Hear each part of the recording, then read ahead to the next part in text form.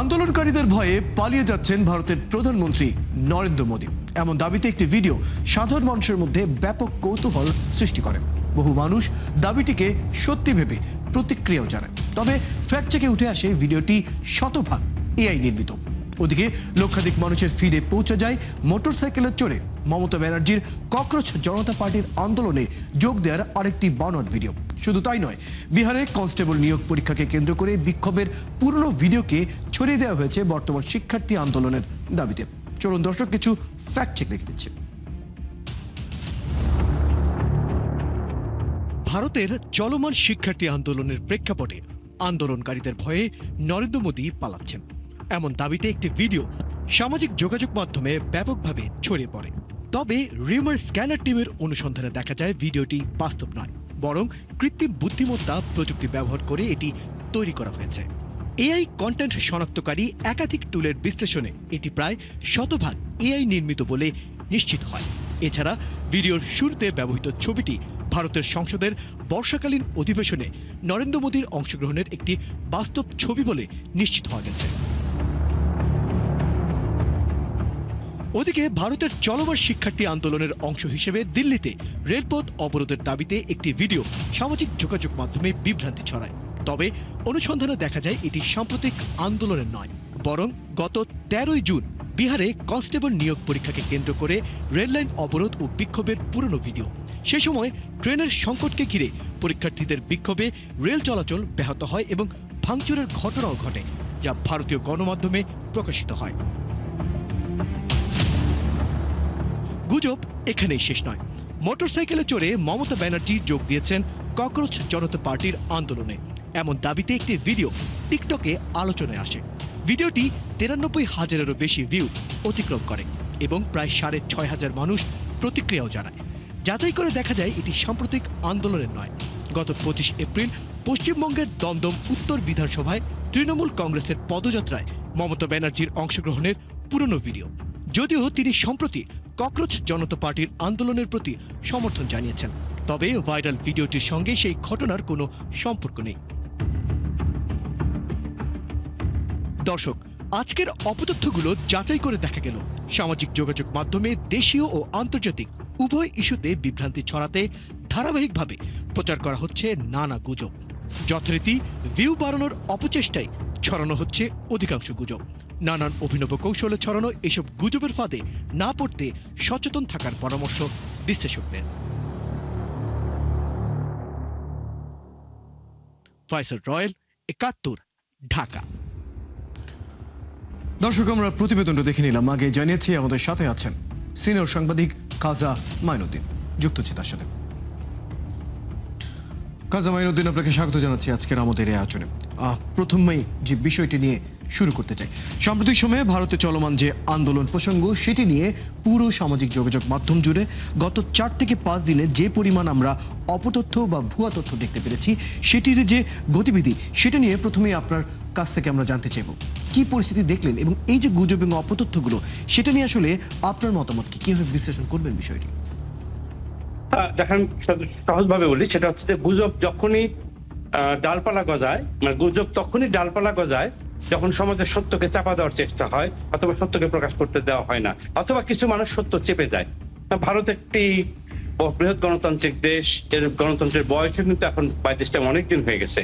ওরকম একটি গণতান্ত্রিক সমাজে এই ধরনের সিভিল মুভমেন্ট, বিশেষ করে তরুণদের, জেনজিদের নেতৃত্বে যে মুভমেন্ট শুরু হয়েছে, সেটা কেন হবে, সেটা কেন হলো, সেই জিনিসটা যদি আমরা খতিয়ে দেখি, তাহলে এই গুজবের সূত্রগুলো কিন্তু পাওয়া যাবে। মানে চলমান যে সমস্ত বিরাজমান যে রাজনৈতিক দলগুলো আছে, বিজেপি সহ অন্যান্য দল, সেই ব্যবস্থার মধ্যে ভারতের তরুণদের আশা আকাঙ্ক্ষা প্রত্যাশার প্রতিফলন পুরোপুরি ঘটেনি, যার ফলে এই যে ককরোচ পার্টির যে আন্দোলন দেখতে পারেন, সেটার জন্ম হয়েছে। এবং এটা আপনি যদি ধরেন একজন জাস্টিস বললেন যে এরা তো সব ককরোচের মতো বা তেলাপোকার মতো, এই যে বলা, এবং সেখান থেকেই এই আন্দোলনকে দানা বাঁধার যে ব্যাপারটি, এটি তার গুজবের কিছু না, এটি তার কমেন্ট, সেটা থেকে হয়েছে। এখন যেটা হয়েছে, এখন গুজবের কিছু ডালপালা গজেছে, নানা পক্ষ অতি উৎসাহী একটি গোষ্ঠী থাকে যারা ককরোচ পার্টির পক্ষে হয়তো করবে। যেমন ধরুন, শাহরুখ খান এই আন্দোলনে জয়েন করেছেন বলে গত 2 দিন আগে একটা ভিডিওতে আমরা দেখেছি, কিন্তু সেটা কিন্তু এআই দিয়ে বানানো, আগের ওনার একটা ভিডিও থেকে বানানো হয়েছে। এরকম অনেকগুলো জিনিস বানানো হয়েছে, আপনি কিছুক্ষণ আগে সংবাদে যেটা আপনারা পাঠ করলেন। অন দি আদার হ্যান্ড যারা এখন ডমিনেন্ট পলিটিক্যাল ফোর্সেস সেখানে আছে তাদের পক্ষ থেকেও কিন্তু নানা রকম গুজব ছড়ানো হচ্ছে। সুতরাং এটি একটি অনিবার্য ব্যাপার, যদি সমাজের সত্য প্রতিষ্ঠা, সত্য বক্তব্য না থাকে তাহলে এটা ঘটবে। এবং এর জন্য ভারতের রাজনৈতিক শক্তি ছাড়াও বড় অংশের দায়ী হচ্ছে ভারতের তথাকথিত গদি মিডিয়া।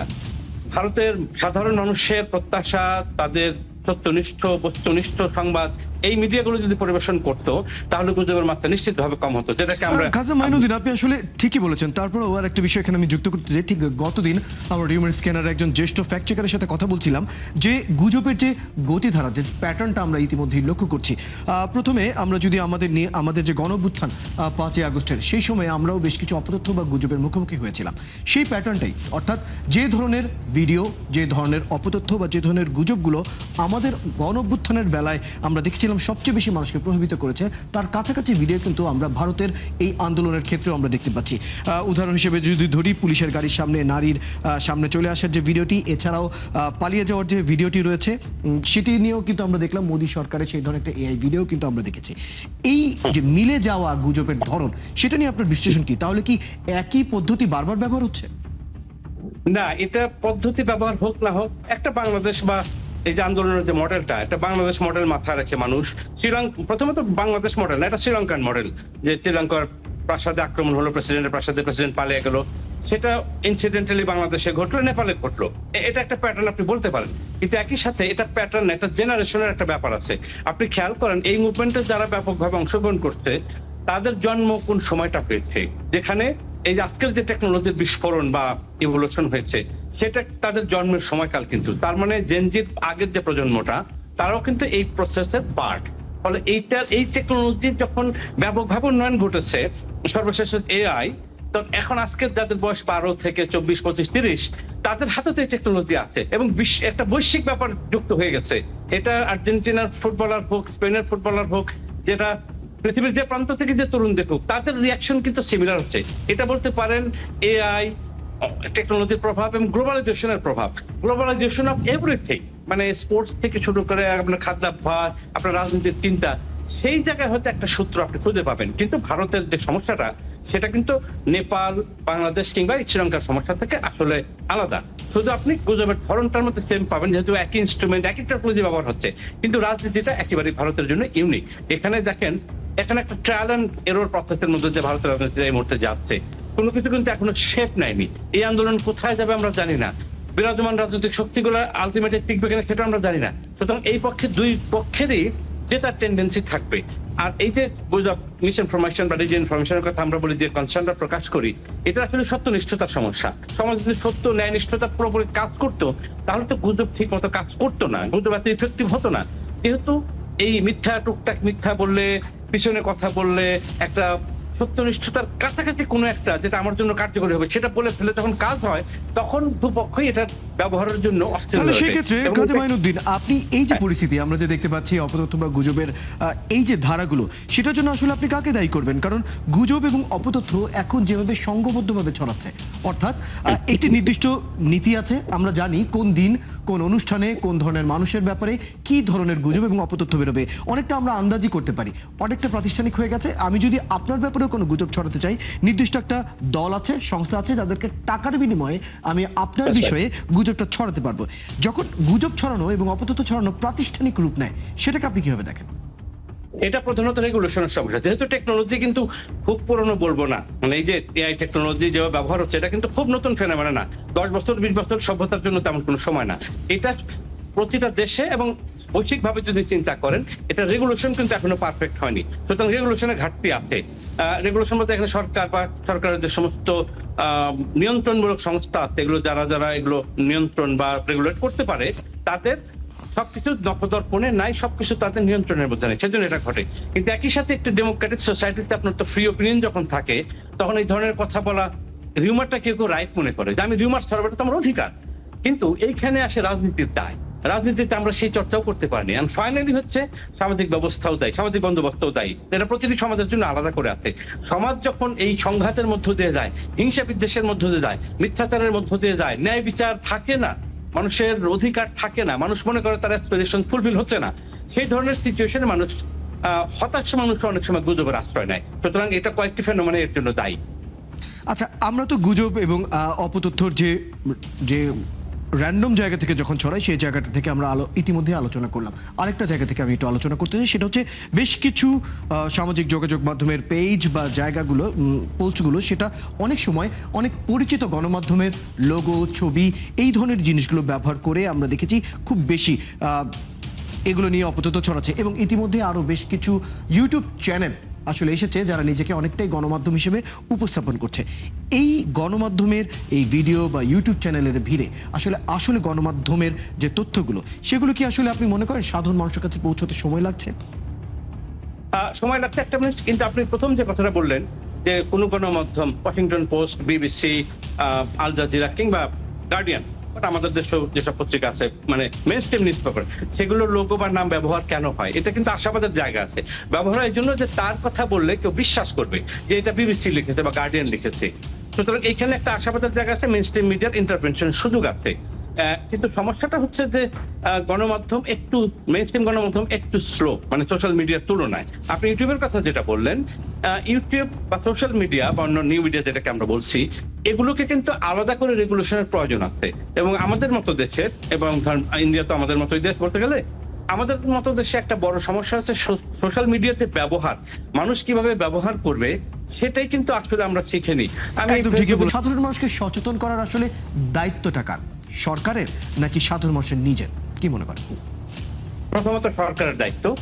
অফকোর্স মানুষের তো নিজের দায়িত্ব থাকে নিজের সচেতন হওয়ার। সরকারের দায়িত্বটা আমি কেন বোঝাই, সেগুলো আমাদের মেইন স্ট্রিম মিডিয়াতে মানুষ যদি কোনো সংবাদে ক্ষুব্ধ হয়, কোনো মানুষের সম্মানহানি হয়, কোনো প্রতিষ্ঠানের সম্মানহানি হয়, আমি বহু বছর সাংবাদিকতা আছি, এখন আমি দেখেছি যে মানুষ জানে না এর প্রতিকার কি করতে হবে। কেউ কেউ জানে প্রতিবাদ করতে হবে, খুবই কম মানুষ জানে প্রেস কাউন্সিলে যেতে হবে, এবং যে কারণে মানুষ অনেক সময় ধিম করে একটা মামলা করে দেয়। এটা মামলা কিন্তু লাস্ট স্টেপ, এটা হলো প্রতিকারের বিষয়। উল্টা দিকে যদি বলেন পত্রিকার কি কি করার আছে, সেটাও অনেক সময় ইভেন কর্পোরেশনের মতো বড় জিনিস, কর্পোরেট সেক্টরের মতো বড় জিনিস, পত্রিকার যে সব রাইট আছে সেটাও তারা বোঝে না। এইবার আসলে আপনি নিউ মিডিয়ার ক্ষেত্রে, ফেসবুক ব্যবহারের ক্ষেত্রে মানুষকে কেন মানে শিক্ষণীয় ব্যাপার আছে, ফেসবুক ব্যবহারটা মানুষকে শেখানো দরকার ছিল। আমাদের দেশে যেটা হয়নি। ফর এক্সাম্পল, কোন একজন লিখে দিল যে আমি অমুক দোকানে গেলাম, দোকান থেকে আমি চিটেড হয়ে আসছি, অথচ হতে পারে যে সে উল্টো কাজ করে এসেছে। এখন এটার কোনো স্ক্রিনিং এর কোনো সিস্টেম নাই, এটা নিয়ন্ত্রণ করার ব্যবস্থা নাই। এখন এইটা যদি নিয়ন্ত্রণের ব্যবস্থা সরকারের হাতে থাকতো, অথবা আজকে আমার খুব মুড খারাপ, আমি ফেসবুকে লিখে দিলাম, এটা তো ডিসেন্ট না। আমি হাফ প্যান্ট পরে আমার বেডরুম থেকে আমি একটা লাইভ করে ফেললাম, এটা ডিসেন্ট না। এগুলো কিন্তু আমাদেরকে শেখানো হয়নি। যে কথাগুলো মানুষ প্রাইভেটলি বলে, সেগুলো হর হামেশাই ফেসবুকে মানুষ লিখে দিচ্ছে, বা মানে ছবি হিসেবে বা ভিডিও হিসেবে আপলোড করছে, এটা শেখানোর ব্যাপার ছিল। এখন যদি বলেন যে সম্মানহানিকর যে সমস্ত পোস্ট দেওয়া হয়, এগুলো যদি চট করে নিয়ন্ত্রণ করতে বলা হয়, তখন কি হবে? রেগুলেটররা একবার সব বন্ধ করে দেবে।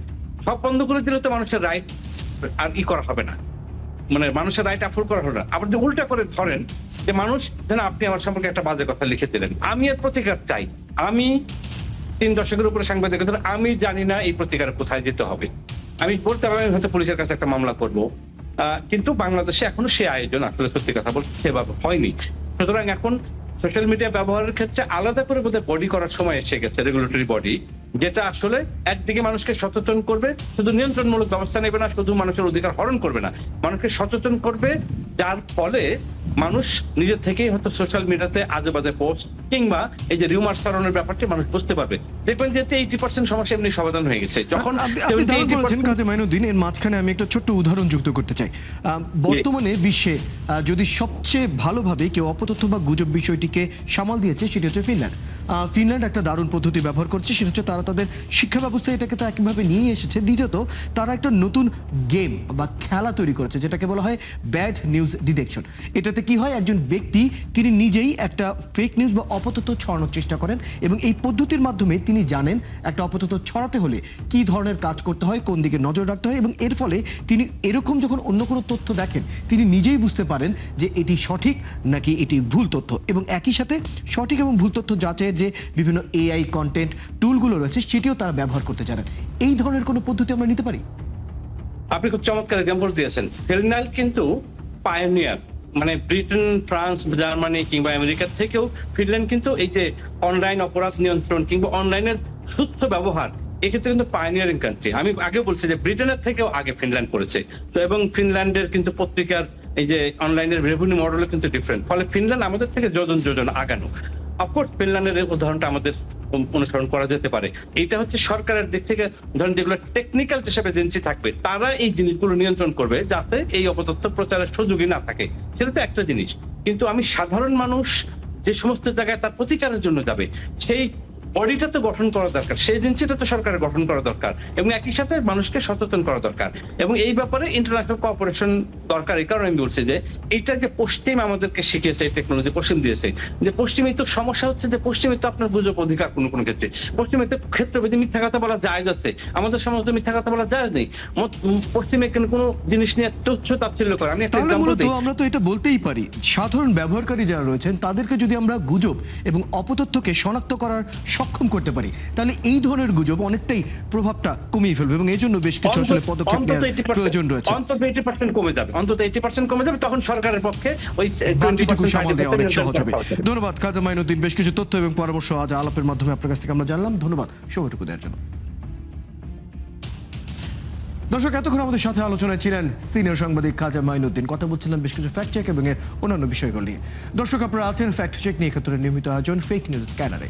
প্রতিদিন আমরা রিউমার দূর করতে হাজির হব ঠিক একই সময় একইভাবে। আপনারাও আমাদের সাথে যুক্ত হতে পারেন।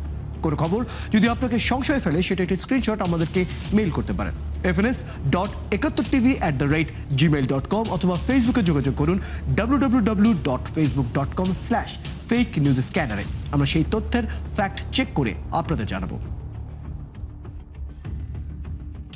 চটকদার শিরোনাম দেখেই ক্লিক করবেন না। বিশ্বাস আর প্রতিক্রিয়া জানানোর আগে ফ্যাক্ট চেক করুন। আর থাকুন ৭১-এর সাথে।